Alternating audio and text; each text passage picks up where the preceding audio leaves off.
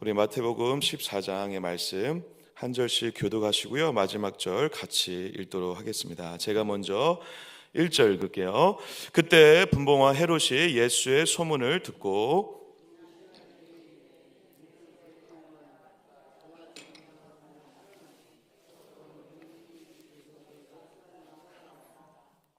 전에 헤롯이 그 동생 빌립의 아내 헤로디아의 일로 요한을 잡아 결박하여 옥에 가두었으니 말하되 당신이 그 여자를 차치한 것이 옳지 않다 하였습니다.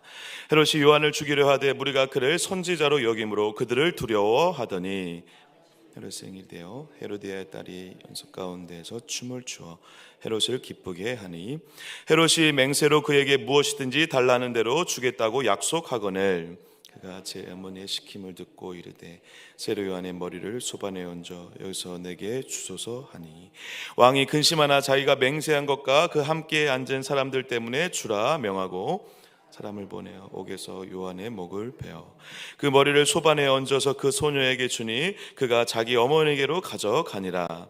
요한의 제자들이 와서 시체를 가져다가 장사하고 가서 예수께 아뢰니라. 예수께서 들으시고 배를 타고 떠나서 따로 빈들에 가시니 무리가 듣고 여러 고을로부터 걸어서 따라간지라. 그래서 큰 무리를 보시고 불쌍히 여기사 그 중에 있는 병자를 고쳐 주시니라. 저녁이 되매 제자들이 나와 이르되 이곳은 빈들이요 때도 이미 저물었으니 무리를 보내어 마을에 들어가 먹을 것을 사 먹게 하소서. 그때 갈 것 없다 너희가 먹을 것을 주라. 제자들이 이르되 여기 우리에게 있는 것은 떡 5개와 물고기 2마리 뿐이니이다. 이르시되 그것을 내게 가져오라 하시고 무리를 명하여 잔디 위에 앉히시고 떡 5개와 물고기 2마리를 가지사 하늘을 우러러 축사하시고 떡을 떼어 제자들에게 주시매 제자들이 무리에게 주니 우리 먹고 남은 조각을 12바구니에 차게 거두었으며 먹은 사람은 여자와 어린이 외에 5,000명이라 되었더라.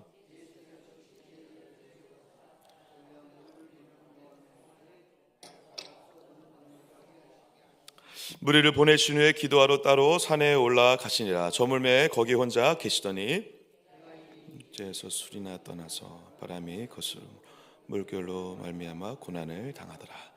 밤 사경에 예수께서 바다 위로 걸어서 제자들에게 오시니 바다 위로 걸어오심을 보고 놀라 유령이라 소리 지르거늘 예수께서 즉시 이르시되 안심하라 나니 두려워하지 말라.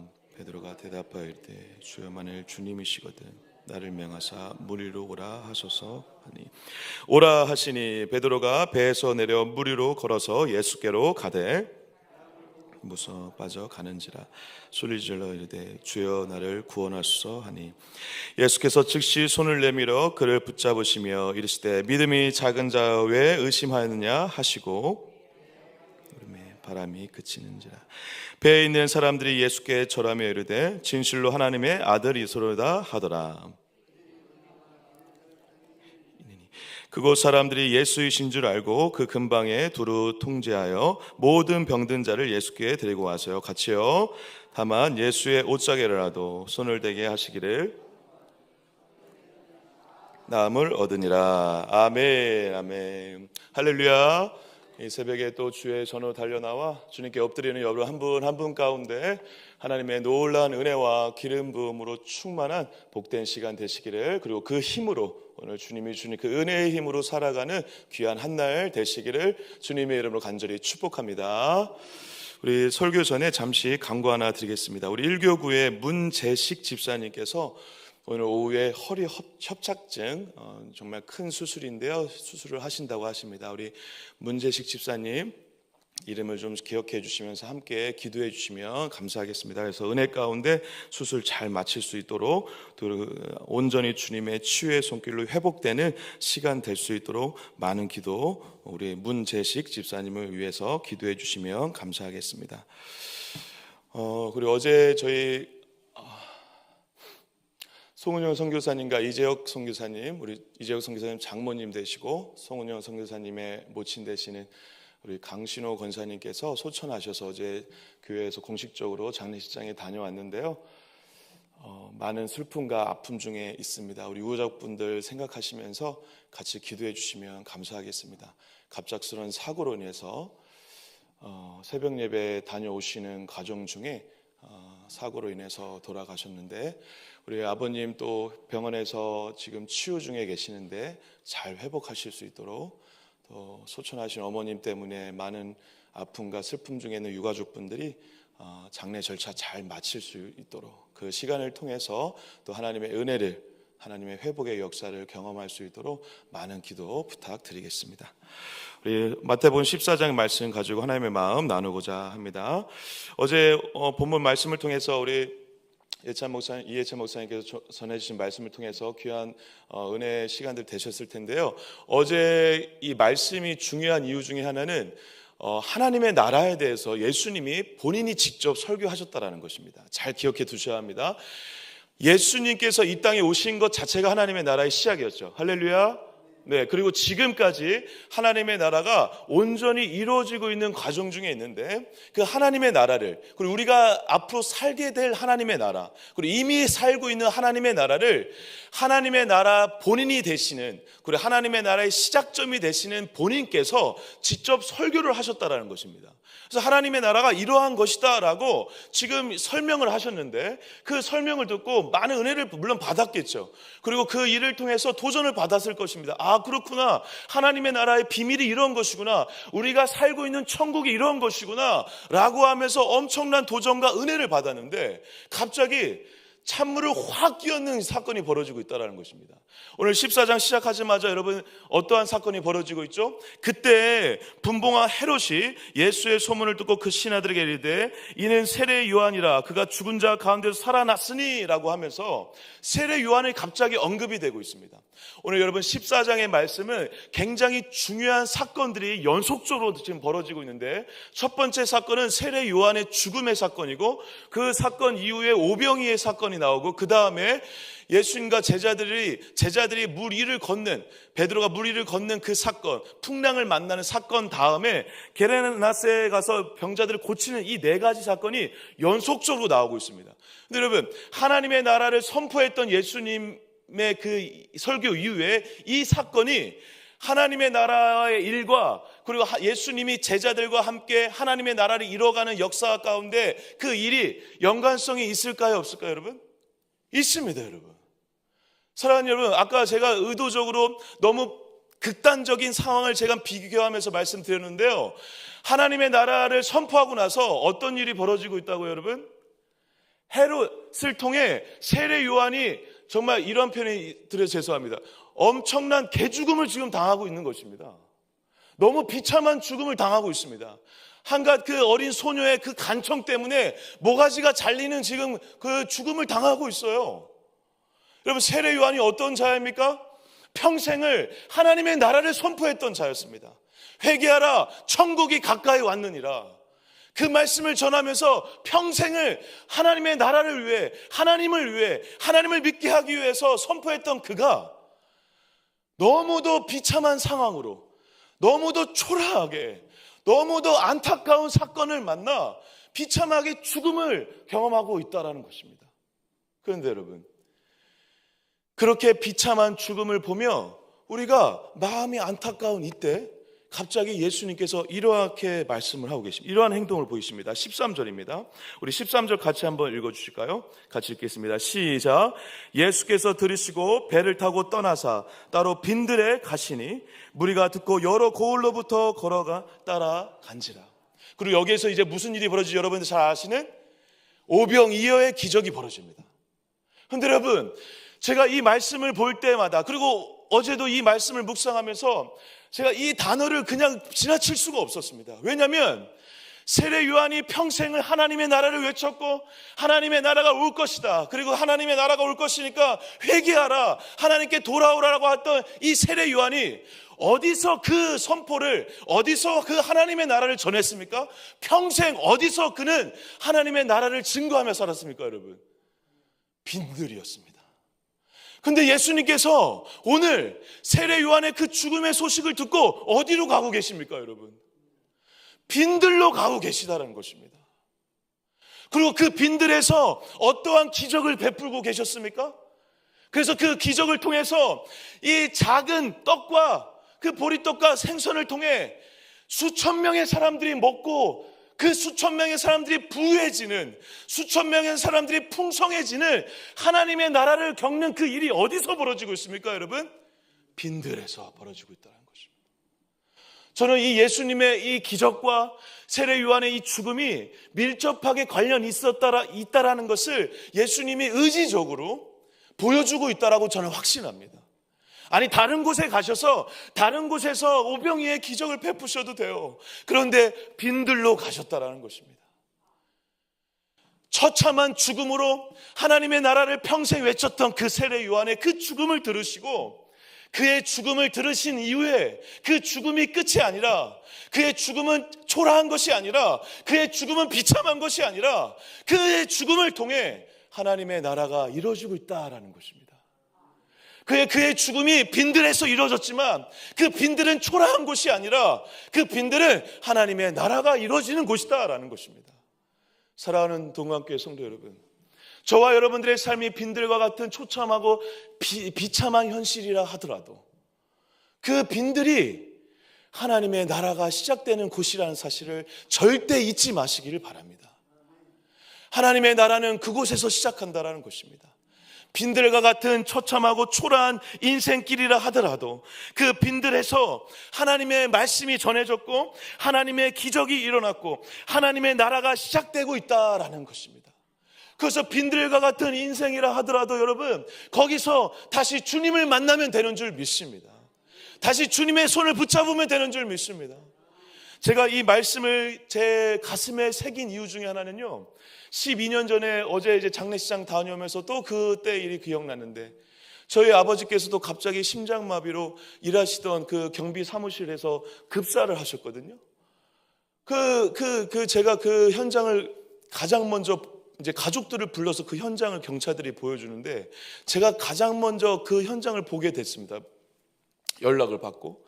근데 피를 흘리면서 쓰러져 있는 아버지를 보는 순간 제 첫 마디가 뭐였냐면, 죄송합니다,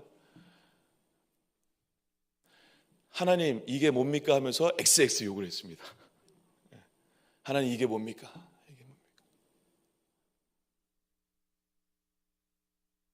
그래서 저는 그 사건이, 그 일이, 그리고 그 이후에 저희 조카가 엄청난 큰 수술하게 되고 죽을 고비를 넘기고 그런 그 수많은 일들이 벌어지면서 저는 그때 당시에는 그 모든 일이 이해가 되지 않았고, 그리고 하나님을 엄청 원망했습니다. 그때 잘 믿지도 않았으면서, 왜 그런 거 있잖아요, 여러분. 잘 믿지도 않으면서 원망을 많이 하는 그런 나이롱 신자였습니다. 그런데 여러분, 그 해 고난 주간에 이 말씀, 여러분, 오늘 이 마태복음 14장의 말씀이 앞에 사건이 헤롯을 통해서 세례 요한이 죽는 장면이잖아요. 그리고 그 다음에 뭐가 나오죠? 지금 오병이의 사건이 나오는데, 이 구조는요, 마태, 마가, 누가 복음에서 똑같이 나옵니다.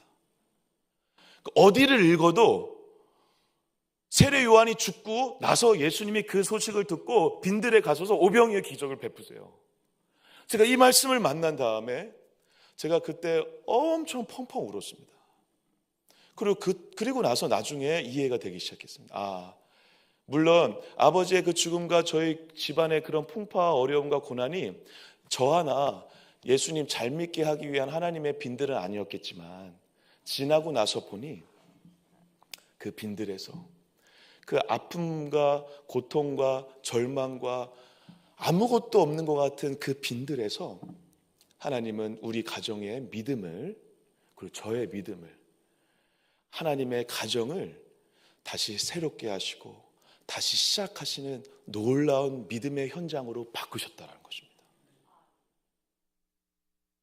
그래서 아버지가 잘 죽으셨다 그런 얘기를 들으는 게 아니고요, 그 빈들의 그 시간을 통해 제가 하나님을 더 인격적으로 만날 수 있었고, 그 죽음을 통해, 그 아픔을 통해, 그 가족들의 그 슬픔을 통해 하나님께서 우리 가정에 새 일을 하시고 있다는 것을 경험하고 고백할 수 있었다라는 사실입니다.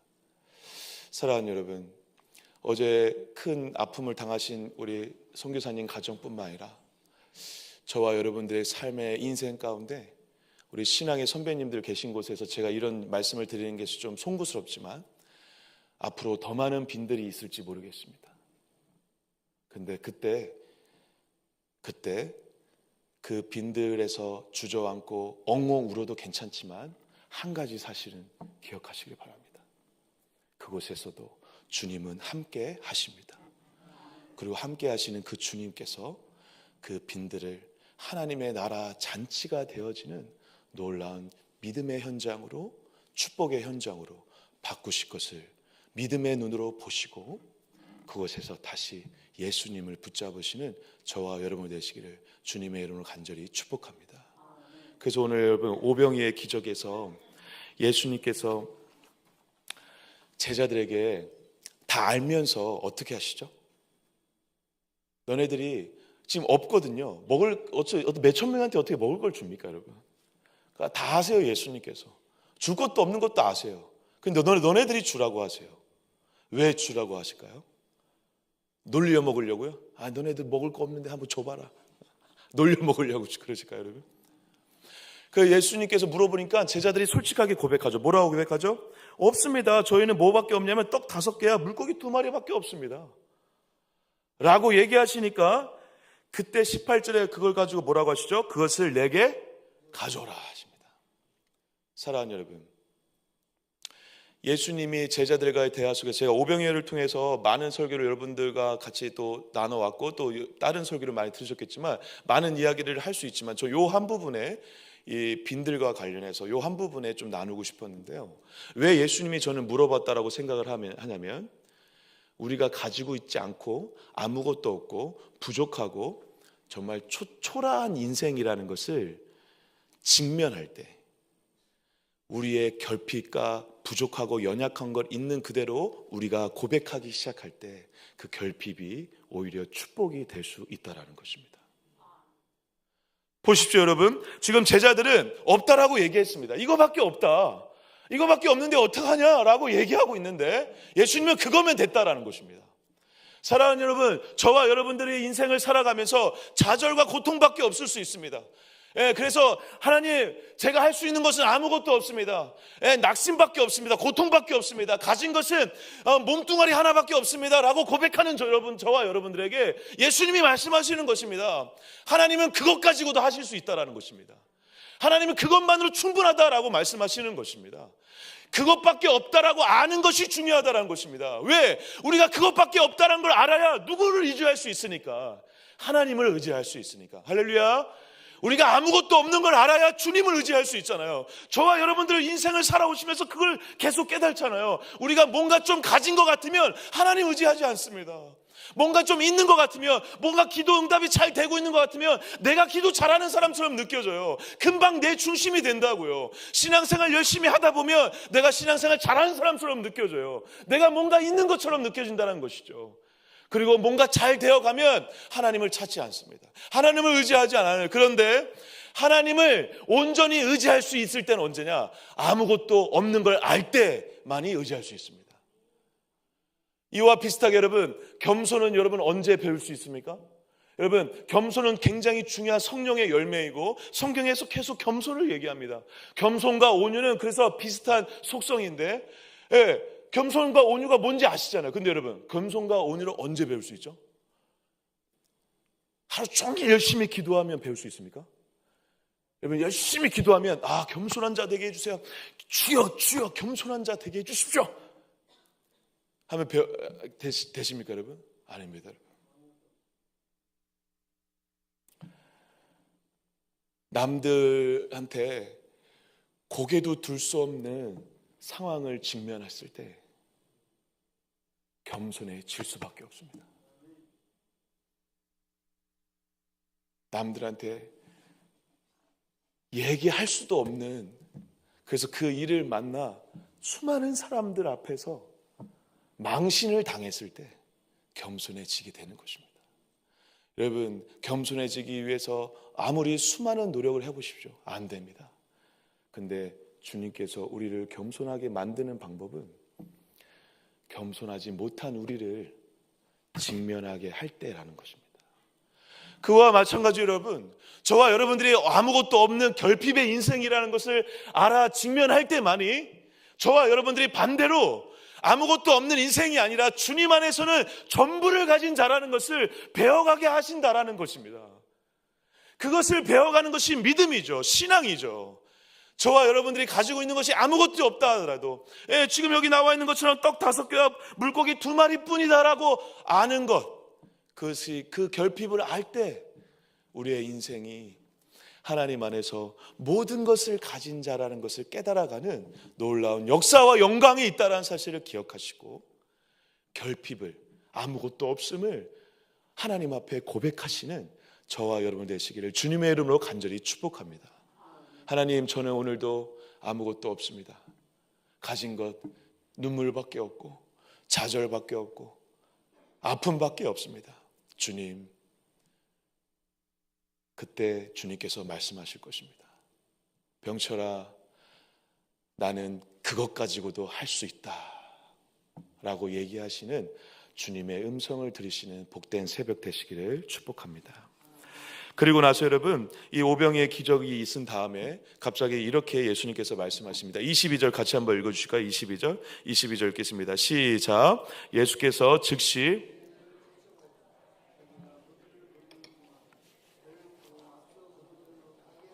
아멘, 아멘. 여러분, 22절에서 33절까지 지금 무리를 걷는 그 사건 한 단락인데요. 여기에 즉시라는 단어가 3번이 나옵니다. 22절에 즉시, 27절에 즉시, 31절에 즉시.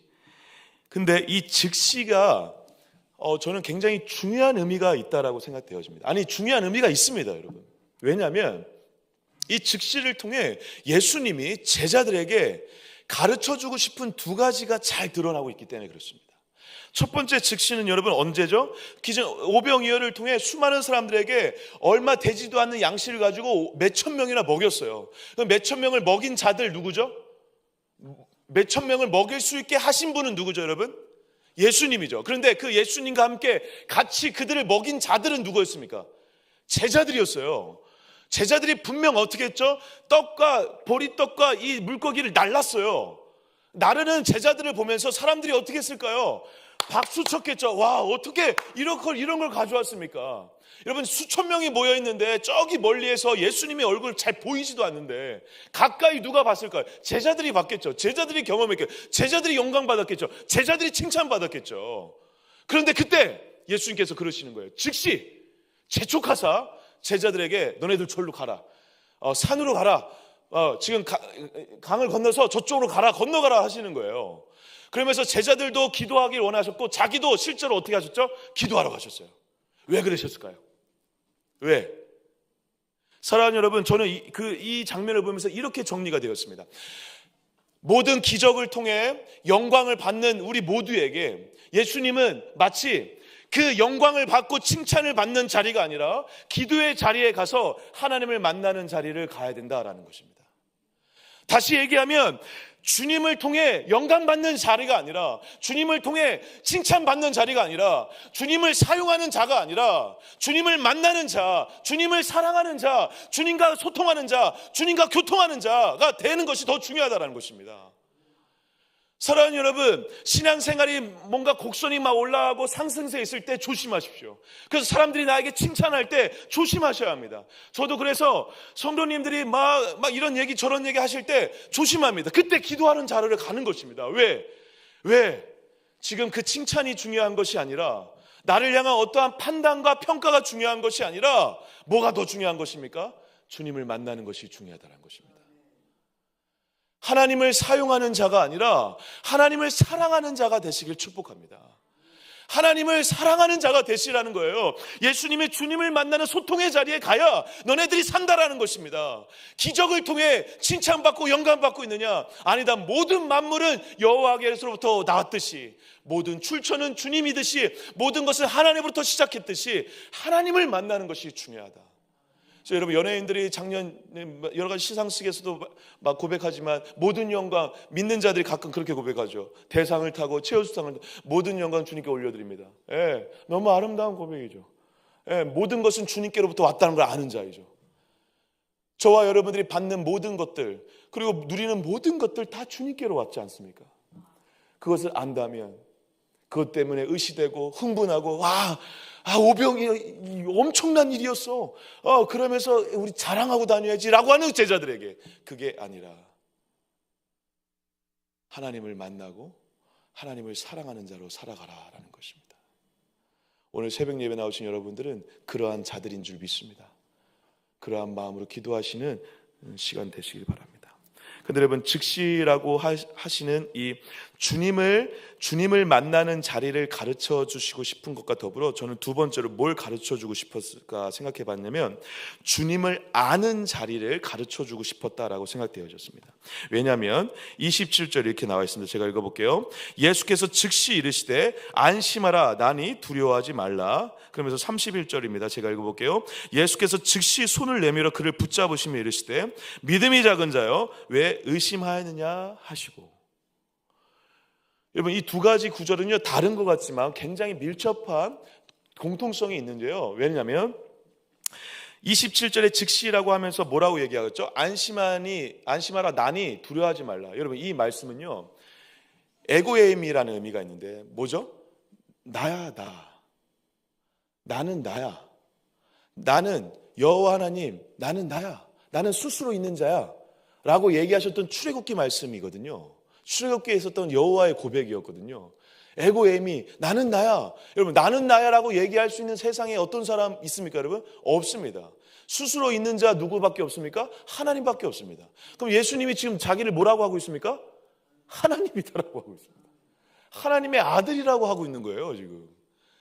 하나님의 아들이다라는 거예요. 예, 즉시 이르시되 무서워하는 그들에게 즉시 뭐라는 거예요? 나야 나 하나님이야. 나 하나님 좀 보라는 것입니다. 그러면서 33절에 똑같이 얘기하는 거예요. 31절에 예수께서 즉시 손을 내밀어 그를 붙잡으시니 이르시되 뭐가 작은 자요? 믿음이 작은 자요. 왜 의심하느냐? 누구 좀 보라는 것입니까? 나 좀 보라는 것입니다. 여러분, 믿음은 시선에 보는 싸움입니다.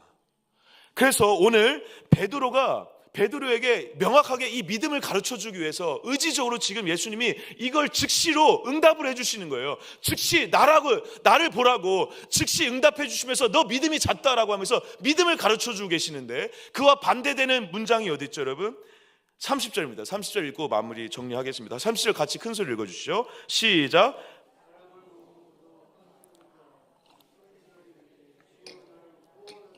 아멘, 아멘. 여러분, 베드로가 물 위를 걸었습니다. 물 위를 걸을 때에는 예수님의 말씀에 의지해서 물 위를 걸어라, 오라, 그 말씀만 붙잡고 주님만 봤어요. 그러니까 걸었어요, 안 걸었어요? 걸었어요. 그런데 걷다가 갑자기 뭘 봤죠? 바람을 봤어요. 바람. 이놈의 시끼가. 예수님을 끝까지 봐야 되는데 바람을 봤어요. 바람을 보자 어떻게 됐습니까? 가라앉았어요. 믿음은 무엇을, 어떠한 대상을 보느냐의 싸움입니다. 하나님을 보는 게 믿음이에요. 할렐루야. 예수님을 보는 게 믿음이에요. 여러분들 오늘 인생이 어떤지 상황과 환경을 보시면 안 된다는 거예요. 여러분들 인생의 상황과 환경을 보는 것이 믿음이 없음이라는 것입니다. 상황과 환경이 어떤지에 상관없이 오늘 주님을 보고 있으면 믿음이 있는 자라는 것입니다. 할렐루야. 오늘 그러한 자로 살아시기를 주님으로 축복합니다. 간절히 축복합니다. 오늘 여러분들의 인생 가운데 어떤 일이 벌어져도 괜찮아요. 근데 그 상황을 보고 그 상황 때문에 흔들리고 있다면 그게 믿음이 없는 거예요. 그런데 오늘 그 풍파 속에서도 하나님을 보고 계시면 그것이 믿음이고, 풍파가 해결되지 않아도 괜찮습니다. 풍파를 걸을 수 있는 힘을 주실 줄 믿습니다. 풍파를 걸을지 못하는데도 괜찮습니다. 풍파를 이겨낼 수 있는 환경을 주실 줄 믿습니다. 여러분, 제가 오늘 풍파와 관련된 세 가지 메시지만 간단히 전하고 정리하겠습니다. 여러분, 풍파를 만나도 걱정하지 마십시오. 왜냐하면 세 가지 중에 하나이기 때문에 그렇습니다. 첫 번째, 오늘 베드로처럼 풍파를 건너가게 하시는 역사가 있을 줄 믿습니다. 두 번째, 오늘 풍파를 만났을 때 그 전에 어떤 장면이, 그 이후에 어떤 장면이죠? 풍파를 어떻게 하시죠? 잠잠하게 하시는 역사가 있습니다. 건너가게 하거나 잠잠하게 하거나. 할렐루야. 근데 이 두 가지도 아닌 경우도 있어요. 풍파 때문에 고난을 당할 수도 있어요. 계속 고난을 당해요. 배가 부서질 수도 있습니다. 대표적인 사례가 뭐죠? 바울이 전도 여행을 가다가 풍파를 만나서 그 배가 어떻게 돼요? 파산을 해서 어떤 섬으로 들어갑니다. 놀라운 건 뭐죠? 그 섬에 들어가야지 하나님의 복음이 전파되는 거고 주의 일이 이루어지는 것이었습니다. 주님은 풍파를 통해, 풍파의 시련을 통해 풍파를 사용하셔 하나님의 일을 하십니다. 여러분, 이거 세 가지면 다 되지 않았습니까? 여러분, 이거 세 가지 말고 다른 거 얘기해 보세요. 저한테 풍파를 만났을 때 다른 세 가지 예, 다른 예, 네 번째 예, 저한테 카톡 주세요. 문자 주세요.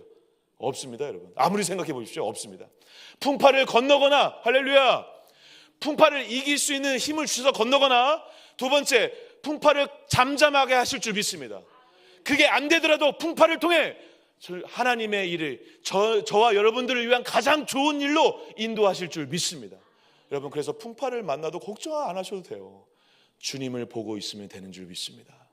사랑하는 동학교회 성도 여러분, 오늘 그리고 어제 상을 당한 우리 가족들처럼 빈들과 같은 결핍의 상황 가운데 있다 하더라도, 그리고 풍파를 만나 어떻게 해야 될지 모르는 그 상황 속에서도 그 환경을 보는 것을 통해 무너지는 자가 아니라 오늘 오직 예수를 바라봄으로 믿음 있는 자로 그 빈들에서, 그 풍파 속에서도 하나님의 나라를 경험하는 저와 여러분 되시기를 주님의 이름으로 간절히 축복합니다.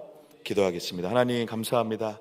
오늘 말씀을 붙잡고 오늘도 우리가 바람과 풍파 때문에 무너지는 자가 아니라 풍파를 보지 않고 끝까지 예수를 보는 싸움을 잘 감당할 수 있도록 오늘 하루 붙잡아 주시옵소서.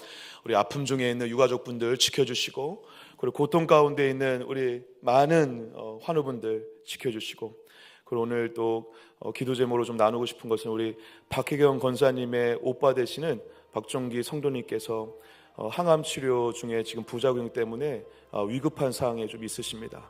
그래서 3살 이내로 회복되지 않으면 너무 좀 위험한 상황이라 마음을 준비하라고 얘기를 들으셨다는데, 우리 박혜경 권사님의 오빠분 되시는 박종기 성도님을 위해서도 기억나실 때 간절히 좀 기도해 주셔서 좀 그 암의 투병 환경 속에서 회복되게 해달라고 우리 기도해 주시고, 우리 아까 말씀드린 우리 문재식 집사님, 우리 오늘 치료하시고 수술하는 가운데 온전히 회복되는 역사 있게 해달라고 또 기도해 주시기 바랍니다. 우리 각자 아주 기도 제목들과 우리 교회를 위해서, 우리 담임 목사님 위해서 우리 기도하시다가 돌아가도록 하겠습니다. 주여 한번 해주시고 기도합니다.